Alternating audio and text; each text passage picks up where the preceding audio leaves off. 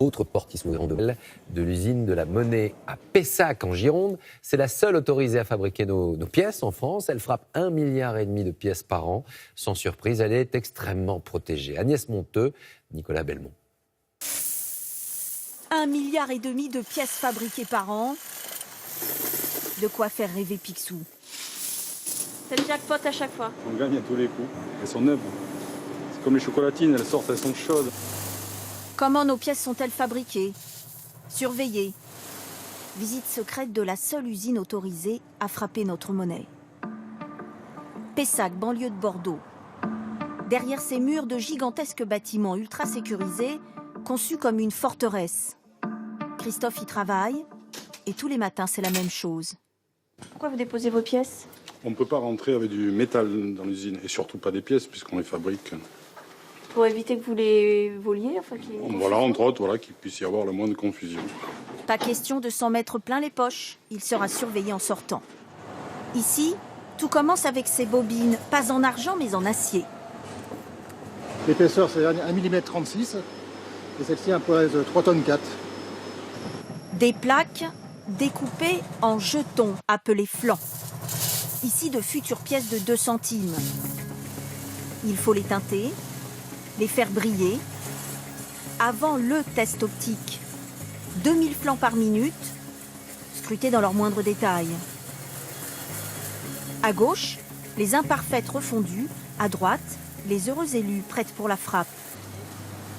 Fabriquer sa monnaie, Bientôt les nouvelles pièces de 20 francs. un savoir-faire que l'on cultive depuis 1000 ans et qui intéresse de plus en plus de pays pour nos talents jalousés comme ceux de nos graveurs.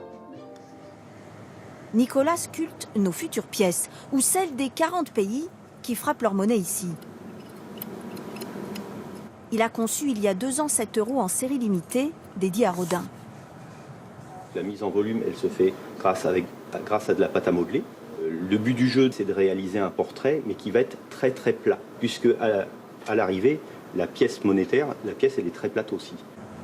Reproduit sur plâtre, le travail des artistes est ensuite numérisé pour fabriquer ceci. Voilà, il s'agit du poinçon qui va servir à frapper les pièces.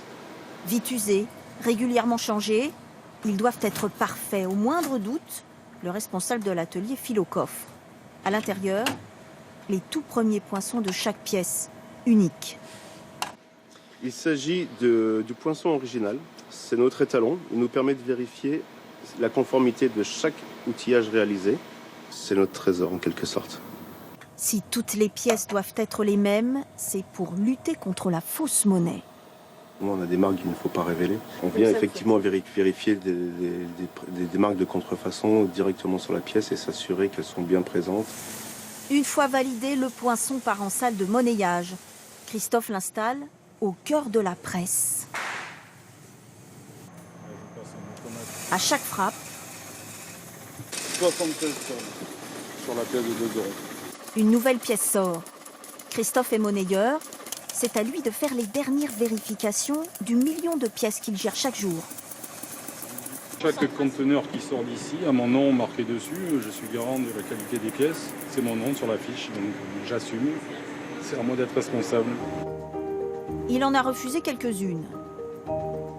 Les autres sont emballées et rejoignent d'immenses réserves, désormais propriété de la Banque de France.